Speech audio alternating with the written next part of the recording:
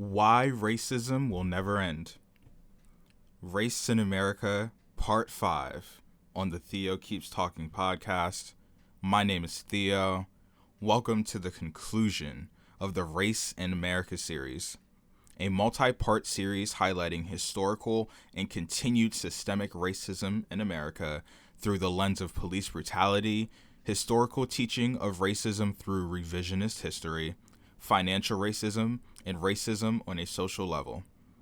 Combining as many resources as I can, as much research as I can, as much fact-checking as I can confidently say that, considering everything we've covered, that racism will never end. I know that's a big statement. I know that's the type of clickbait sensationalist headline that gets people riled up on social media. But I really do mean it. From everything we've analyzed, from the historic implications of government legislation, I'm confident in the conclusion that I've come to.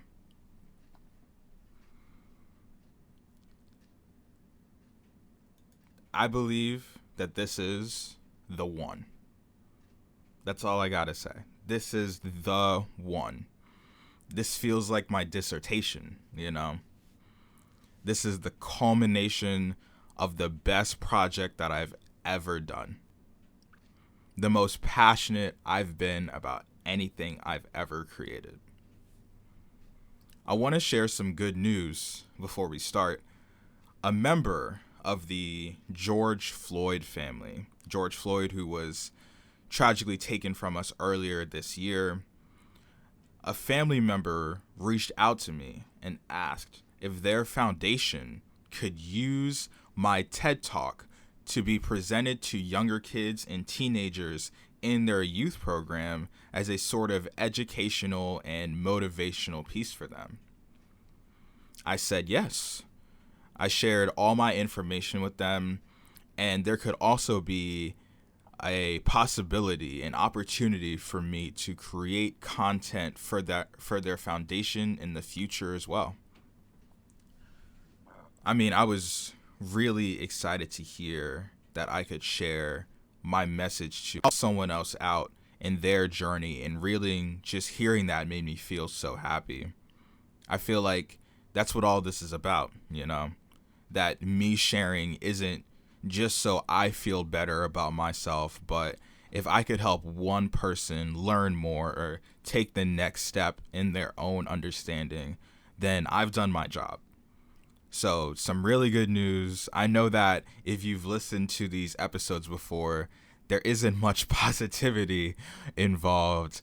But yeah, I just wanted to share that, and I'm really thankful for the opportunities that I've had, and I'll keep doing my best to represent myself and as many people as I can, as well as I can, for the foreseeable future. So, to the main topic, I am planting my flag. I am putting my foot down on the stance that racism will never go away. Why? I have the main reasons written down, listed as to why I have that opinion. Let's get into the first reason. The first reason why racism will never end is that it's systemic. I spent the first 4 episodes of the podcast building this reason up. But those are long and attention spans are short. I get it. So let's do a bit of a recap exercise. So if you haven't listened to any of the prior parts of the podcast and you listen to this one, you can be just as informed as to why this is so important to me. If you have listened, I think that up to this point, you have a really clear answer to the following question. Why does everything have to be about race? Because every aspect of our lives has been thoroughly dictated by race to this very moment. Hello. I feel like I've provided us a set of answers that will define how many race-related questions you can have automatic responses to. Examples. Question 1. Why do people want to defund the police? My answer. The police are a thoroughly funded institution that has shown historic discrimination against people of color due to systemic racism. Black Americans have been killed at a rate of 2.8 times higher than their white counterparts when factoring in population counts in the United States. In these same situations, Black Americans have shown to be unarmed 14.8% of the time compared to 9.4% of the time compared to their white counterparts. In addition, the police have repeatedly shown that they are unfit to respond to nonviolent distress calls regarding mental health. Nonprofit organizations such as Cahoots in Oregon have shown that they are both effective at de-escalating mental health distress calls and cost reducing for the taxpayers of Oregon. Question 2. What about black on black crime? My answer. Black on black crime is nowhere near an accurate representation as to why Black Americans deserve equal treatment under the law. Systemic internal problems due to years of financial racism due to local governments and politicians taking advantage of at-risk communities has led to increased desperation in communities of color.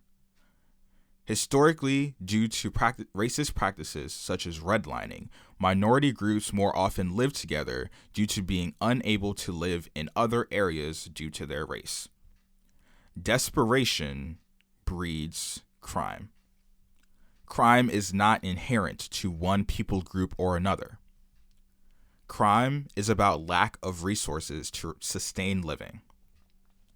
To reiterate, yes, Black American homicide rates against other Black Americans is at 93%. However, white American homicide rates against other white Americans is at 84%. Nothing to write home about. In addition, for the assailants of Black homicides, we are all certain that those individuals go to jail. The same cannot be said about police officers who kill Black Americans. Nearly all police officers in high-profile killings of unarmed Black Americans are acquitted due to qualified immunity and the work of police unions. This generates a feeling that police officers can kill Black Americans at any point in time, claim self-defense, and not only avoid jail time, but continue their careers within the same year.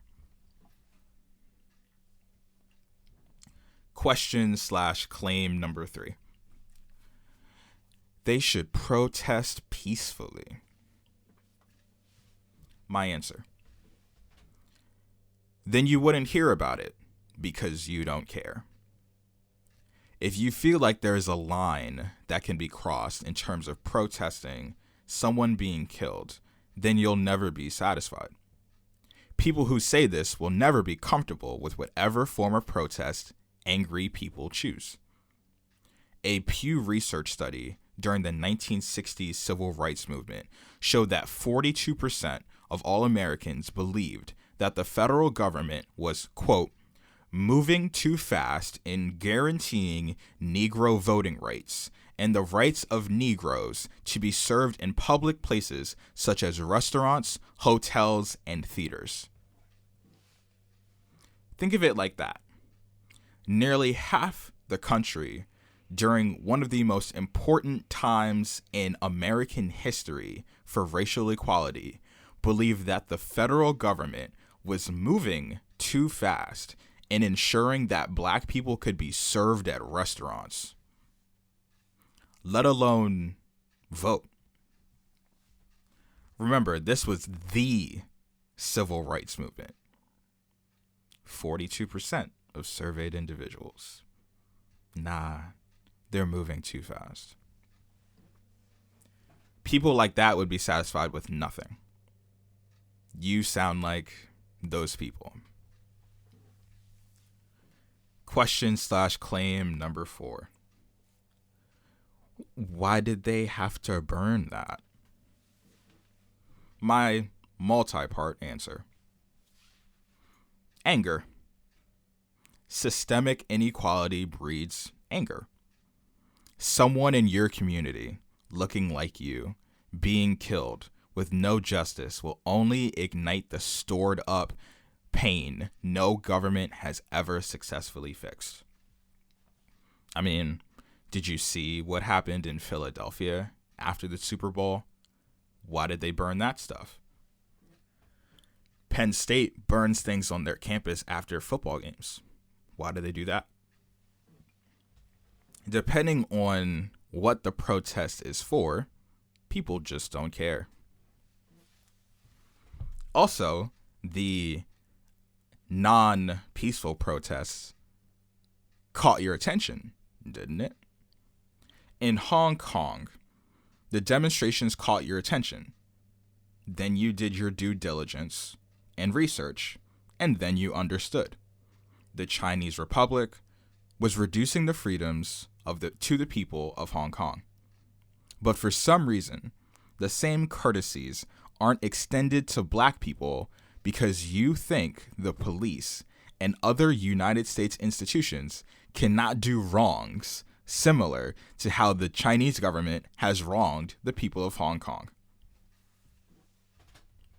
Your bias is showing. Question/claim number 5. What about the inner city problems or whatever? My exasperated answer.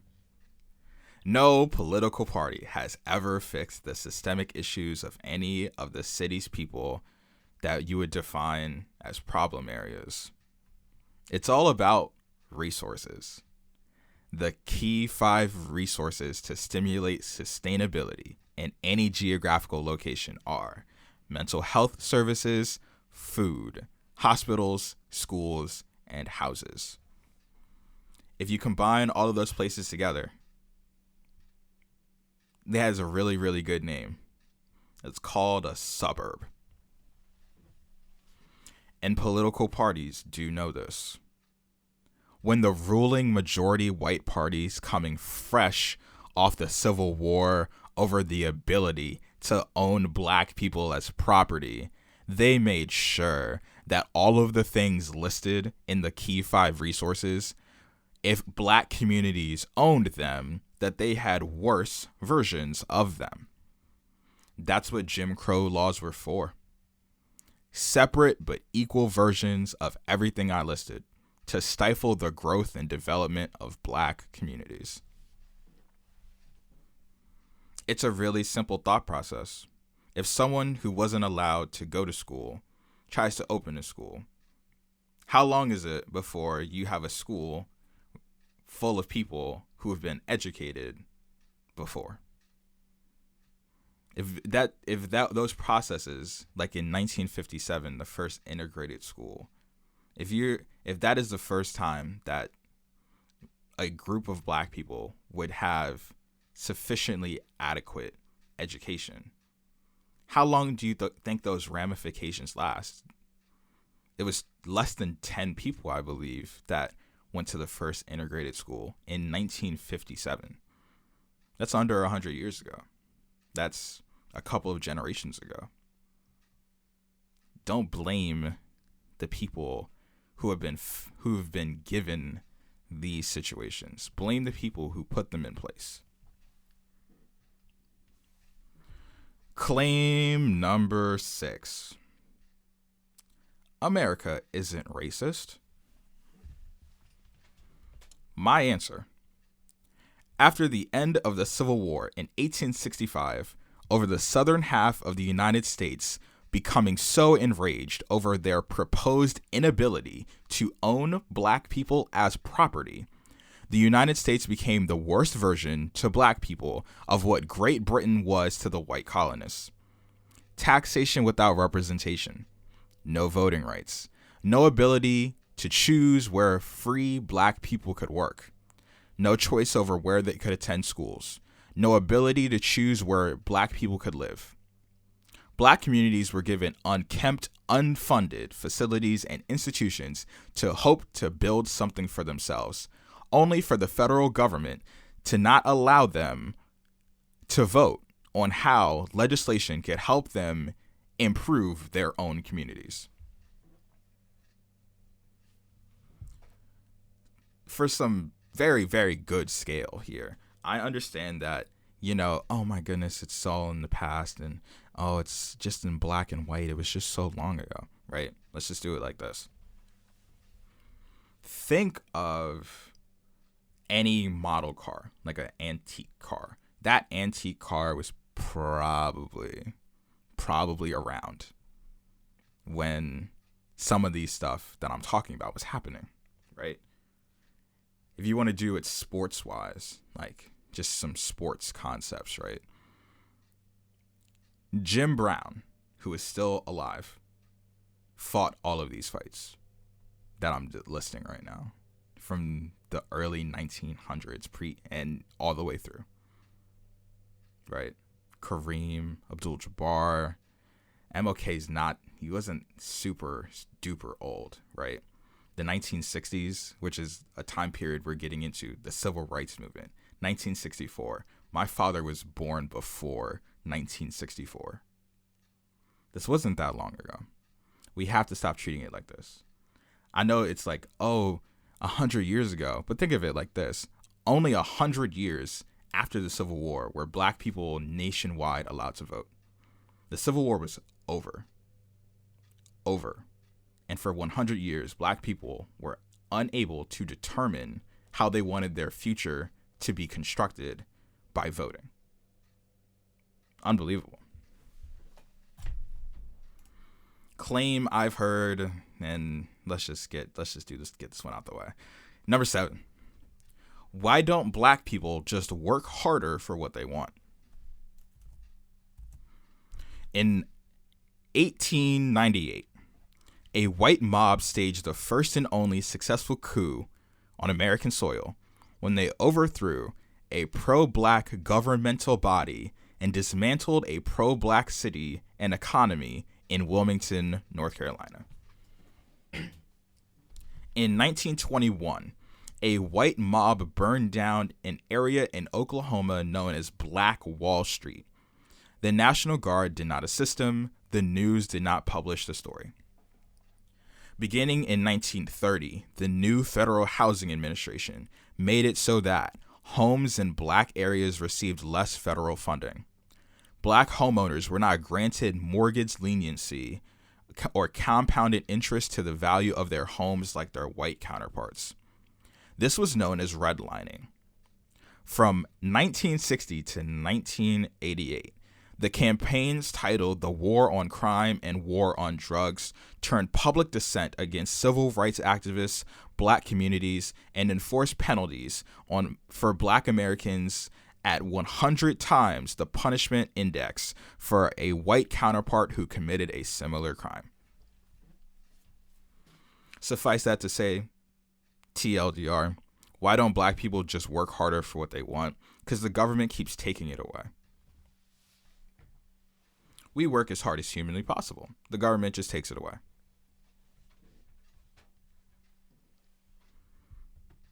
Last one. Last flat claim, right? Well, racism is gone today now, right? The racial wealth gap shows that families of color are disproportionately affected by economic crises and less likely to have generational income to lean on. Families of color were disproportionately affected by the 2007 housing market crash, leaving many families to default on their predatory loans, leaving their homes foreclosed and their average wealth numbers to plummet compared to white families. In addition, those families were the subject of as much public ire as humanly possible because they were the victims of predatory lending, and the companies who did so merely played settlements just to get out of the mess. In addition, people of color are more likely to work in person shift style type jobs, thus making them at higher risk of contracting COVID-19. So additional carelessness by not wearing masks, continuing to ignore social distancing measures is affecting minorities at a high rate due to asymptomatic transmission of COVID-19. When the country is at its most vulnerable, people of color are at the highest risk, and that is exactly how America was designed to be. So to reduce the negative impacts of racism, it will take a very, very, very long time. I think that's it for all the quick hitter questions I can think of. If you've heard and understood these points, you're solid for almost 85% of all high-level race relations questions that I've heard from the past year. If you still have lingering questions, I will gladly field any questions you have. You can always ask me. I promise I'm open to any two-way conversation about race. We have now addressed that racism is systemic. No one person can change it. No one administration can change it. Now, I want to get into the remaining reasons. I'd like to call them the 6 categories.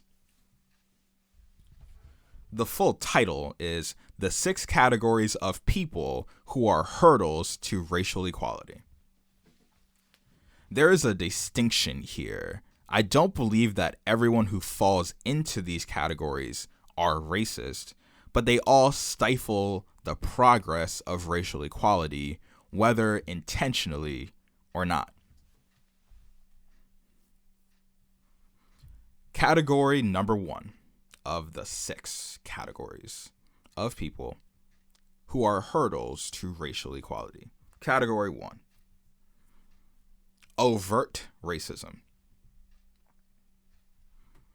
I don't think this one leaves too much room to the imagination, Overt racism includes the mindset that certain people groups are entirely better than others.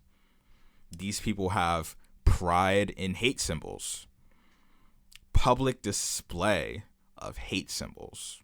So white supremacy, Nazism, the whole 9 yards. Really simple. The next 2 are kind of similar. It was hard splitting them, but I think you'll get why. And it's hard because they say such similar things, right? So category 2, overt racism was 1. Category 2, subtle racism. I also devised that the heavy majority of the people in the 6 categories are in the next 2 groups. So group 2, subtle racism. These are the microaggressions. Oh my gosh, you speak so well. Only thinking of other people in stereotypes. Tell black people what they're doing wrong, but come up with no concrete solution to help. Yes, slavery is bad, but I still don't feel comfortable living around black people. Yeah. The Africa is a country people. Oh, and this one, oh yeah. Oh, I know this insert race here. I know this Asian guy. He said it's cool for me to say that. Oh, no. I know this black guy. He said it was cool for me to say that. Oh, and they have no problem voicing their opinions on every single protest that happens, but never focusing on whoever died. It's all about law and order. It's all about upholding the normalcy of life. Think of it like this, right? The people in this category are so unbothered by when someone dies because it bothers them. Let me rephrase it. It bothers them because their life isn't peaceful anymore. That's where it bothers them. It bothers them not that someone's dead. It bothers them that something's on fire. It makes them uncomfy. Or people are protesting. It makes them unsettled. And they're unhappy because their normal, unbothered way of life, because they have nothing to deal with. They have no discrimination to deal with. They probably have 16,000 trust funds. You know, those are the people that really, really fit into this category. Like they're so uncomfortable being uncomfortable, right? So anything civil rights related, they're like, oh my God, turn that off, please. The third group, the second side of the coin, I would say, to the subtle racist group, they're really similar. Group 3, right? The on the fence people. And I think like the second most people are here. It was hard separating the two because they say very, very similar things, right? But I think you'll start noticing how I split it out, right? This group is the, oh, I'm not ready for that conversation yet kind of people. The, oh, can we not talk about it right now? The, oh, but there's always two sides to it. Oh, I can't be racist because I have a black friend.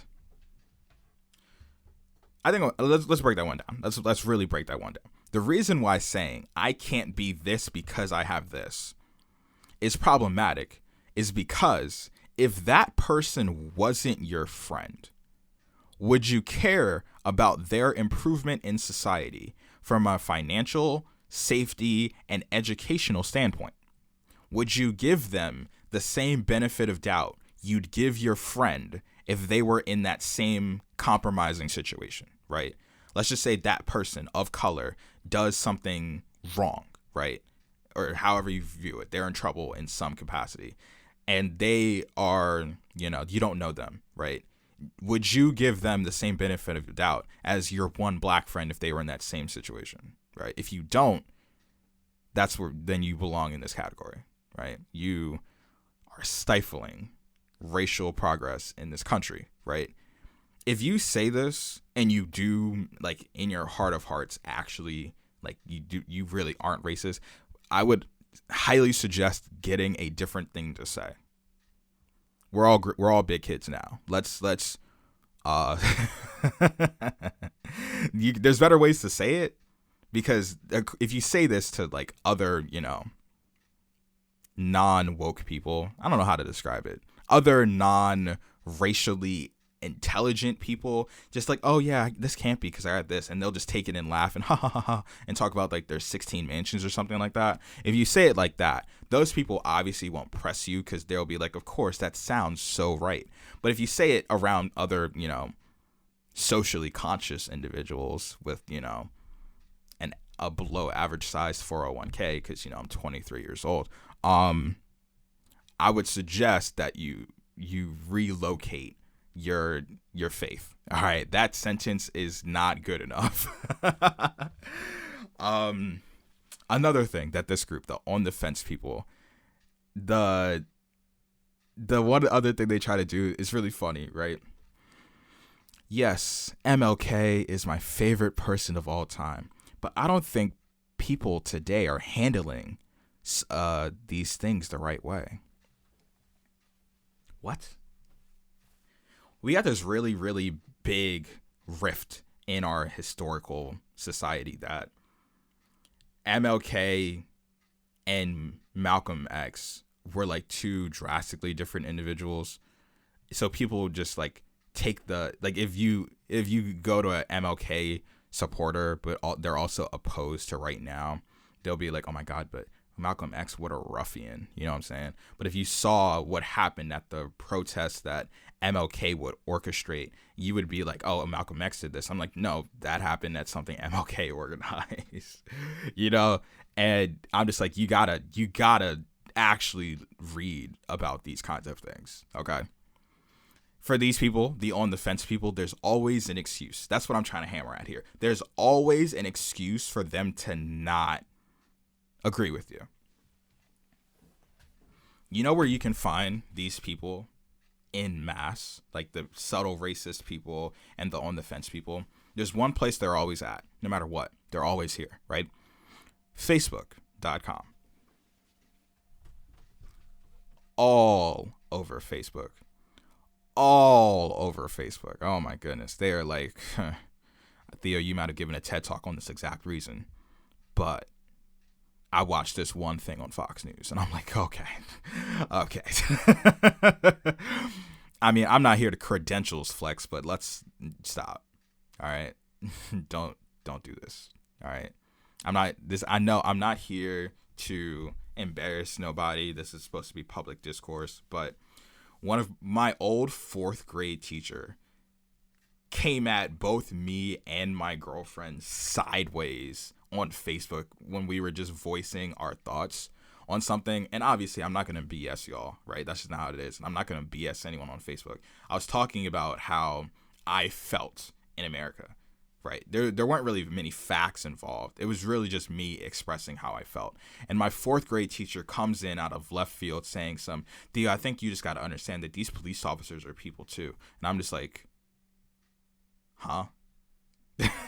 And I just liked it. I literally liked it because I didn't have the time to try and usher up a 10-minute long diss track for my 4th grade English teacher. You know what I'm saying? Like, it just wasn't worth it. You know what I mean? I'm like, stop. You're not here. I didn't ask you to like poo on my feelings. You know what I'm saying? I wasn't even out here saying something like, man, we should take their money away. I was just saying, like, hey, this is how the Baltimore police, one of the most corrupt institutions in modern America, makes me feel. And she just came in like, well, I actually, and I'm like, okay. Oh, my goodness. All right, so we've been through the first 3. Overt racism, subtle racism, and the on the fence people, right? This one's long. This next one is long, and it's because you don't hear it talked about as much. So let me hit a little water break, just a quick one, and we're going to get into it.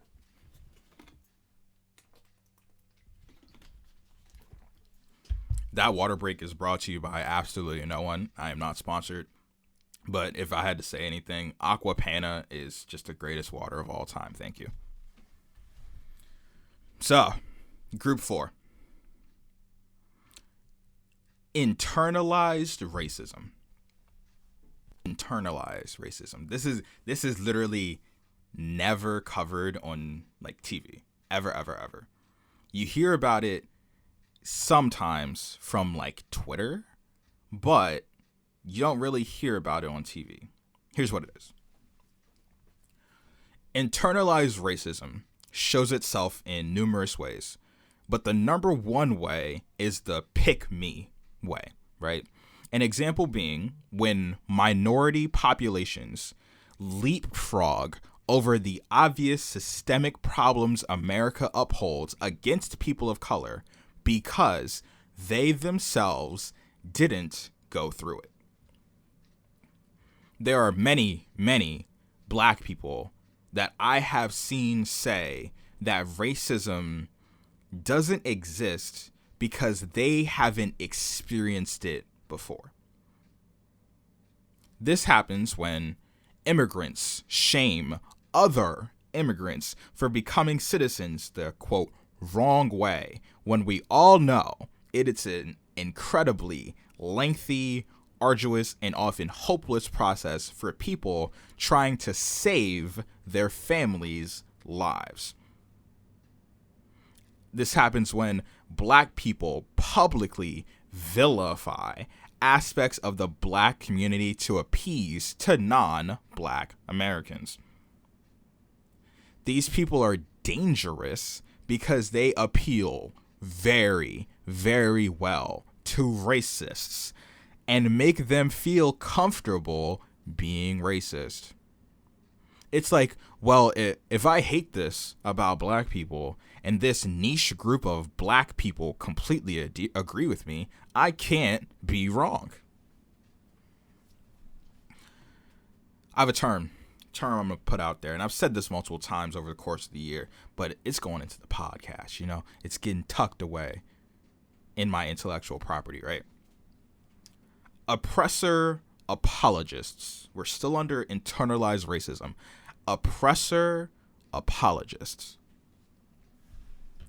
My definition: when someone in the afflicted group sides with the power group as an attempt to gain credibility from the power group, either from personal affiliation to the assailant or belief that siding with the assailant will protect them. I know that sounded like a bunch of words for something I came up with, and I think oppressor apologist just might be my own term. I don't know. Merriam-Webster, hit me up. All right. I can make it sound really simple. I'm also going to put this out there that the next few phrases may be a little uncomfortable. I'm just putting that out there, okay? But I can make it sound really simple. Why doesn't she just wear more clothes? She shouldn't have gotten drunk. She should have known what she was wearing.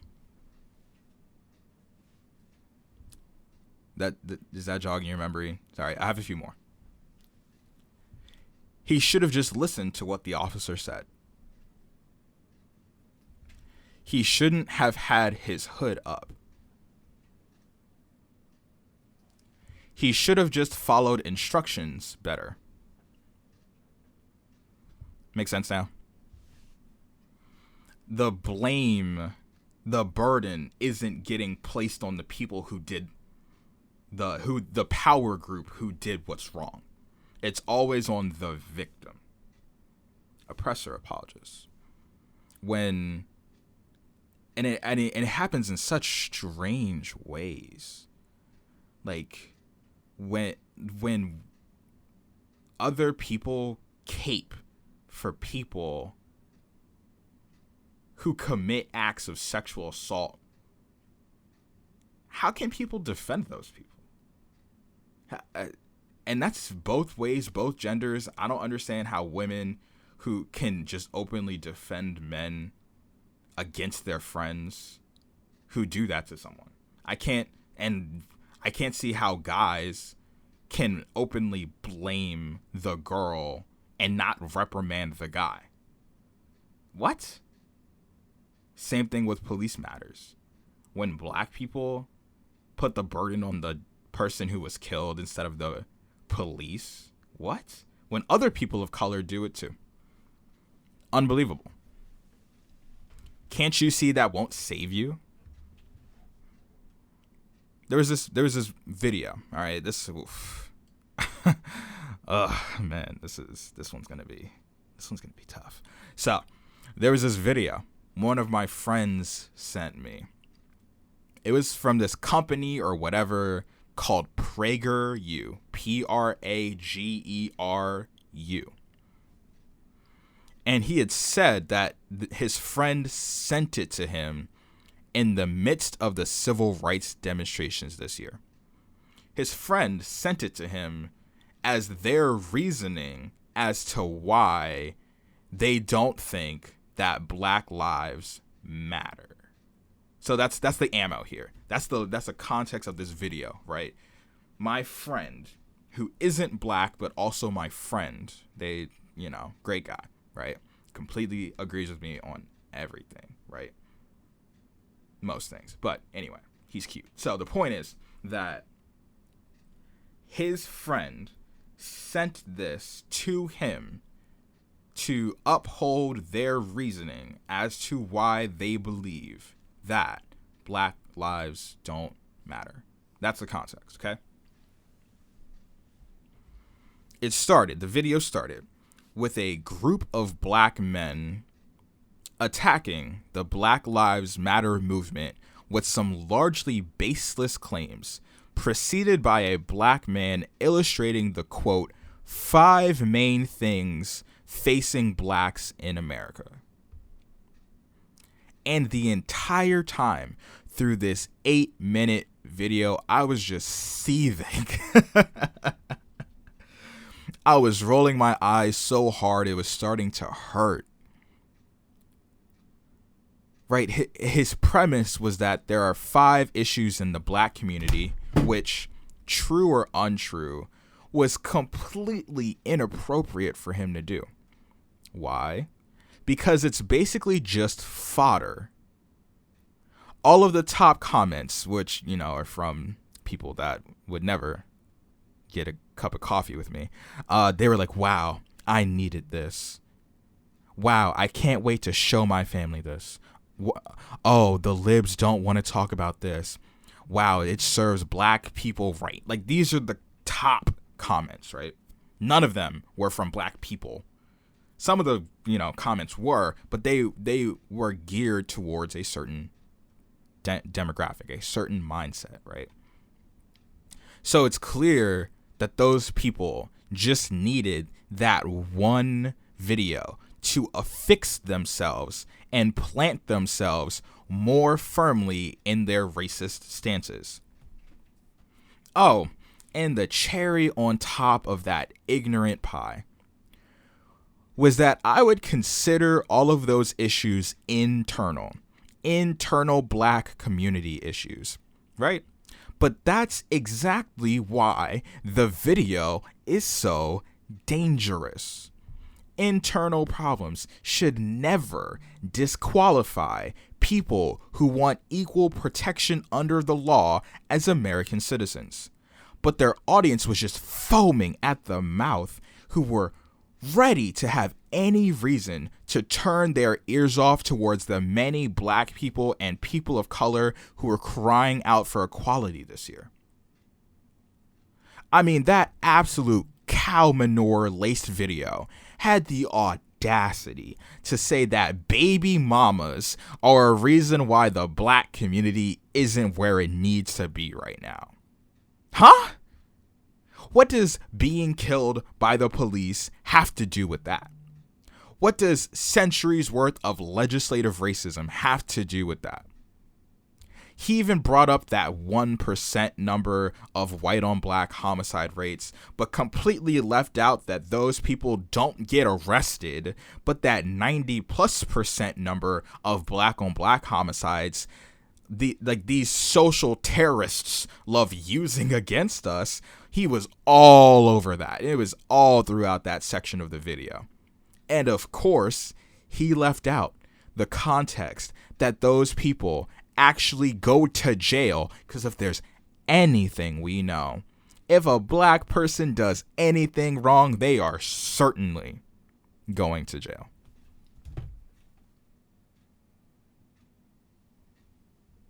All right. There was this super unfortunate story that took place recently, right? There was an unarmed black man who was pro-police on all of his social media. Pro-police, right? He was pulled over. He thought that if he just acted however he wanted, since he was pro-police, nothing would happen to him. He was shot and killed in that very altercation. Because he wasn't careful enough with his movements. He didn't follow instructions clearly enough for them. Let that be the telling story. They do not care if you like them. They are afraid of you because of the way you look, not what you think. And that's just how it is. The next group. Group 5, category 5 of the 6. Group 5. The opportunists. What I mean is people who prey on opportunities to make themselves look woke for the benefit of themselves. This comes in the form of social justice marketing, performative activism, right? The Black Lives Matter sign outside their building or on their website, posting that black square on Instagram. But are you donating anything? Are you learning about the reasons why all of these incidents occurred? Are you still going out and reducing the chance of you being safe from COVID because people of color are disproportionately affected by COVID? No, you're not doing any of those things. Then sit down somewhere. These people profit off of Black suffering by promoting their brands, books, and clothing in times of crisis, right? The best example I can think of is Sean King, right? He comes up with a new coalition, a new project, a new opportunity for Black people every time a national tragedy happens, just so he can remain relevant. He never comes through on those. They never amount to anything. They never come to full fruition. It's just a new project every time to rouse people up, show that he's a supporter of our side. No, he's just preying on us. Politicians do this all the time. It's Black Lives Matter. It's I'll take a knee with you, until it's time to pass legislation to increase community programs. Until it's time to improve schools in predominantly Black areas. Excuse me. It's Black Lives Matter until HBCUs get less and less funding each year because you want a new mall. It's Black Lives Matter until the city of Baltimore spends nearly $30 million on new correctional facilities, but not new parks and recreation, or school improvement, or paying teachers, or after-school programs, or affordable housing. Nope. None of that. Last group. The sixth group. Apathy. I mean this in the most literal sense possible. They do not care. They do not care that people of color are dying at elevated rates due to COVID-19.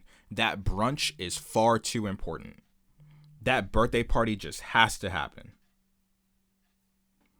They do not care that people of color are being killed by the police at disproportionate rates in America. They do not care about international issues like Hong Kong or SARS in Nigeria. They do not care about any of that. Their world is simply about them. I've seen this question a lot on Twitter. It's a very common retweet and repost, clout steal, retweet again, right? How can you tell someone that they need to care about someone else? I think that's the real question this year. I think that's the most important question of 2020. How can you tell someone that they need to care about someone else? Question of the year. You can't. They have to on their own. Their entire world revolves around them and people who look just like them. Their self-interest is better than the greater good. And it's selfish. It's very, very selfish.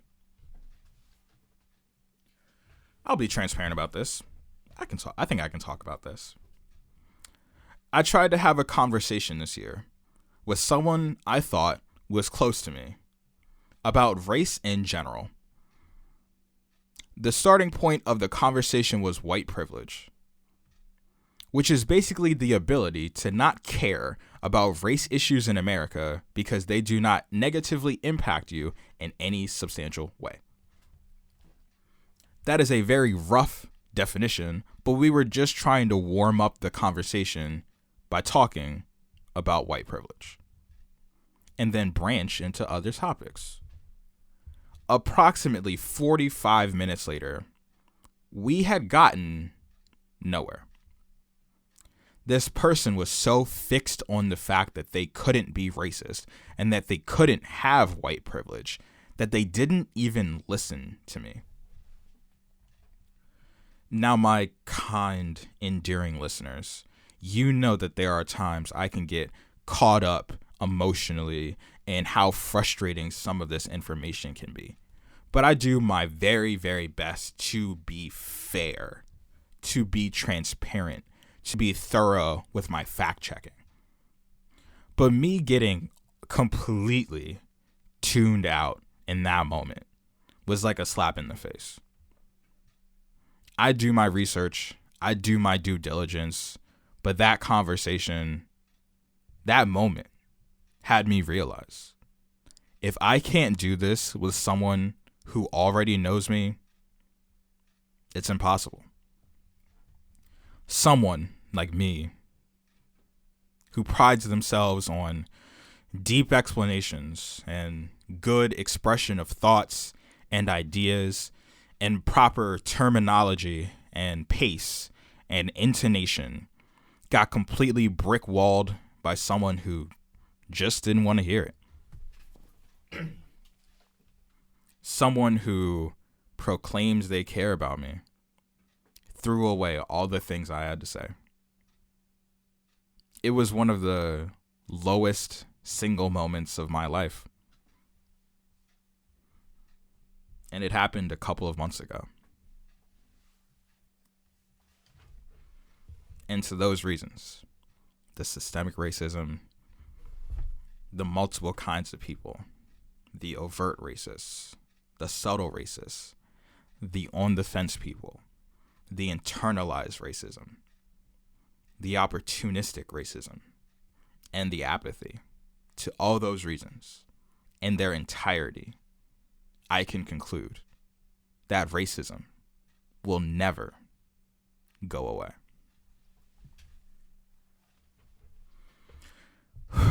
Thank you so much for listening to my completed Race in America series. I am thoroughly proud of the work I've put in for this podcast.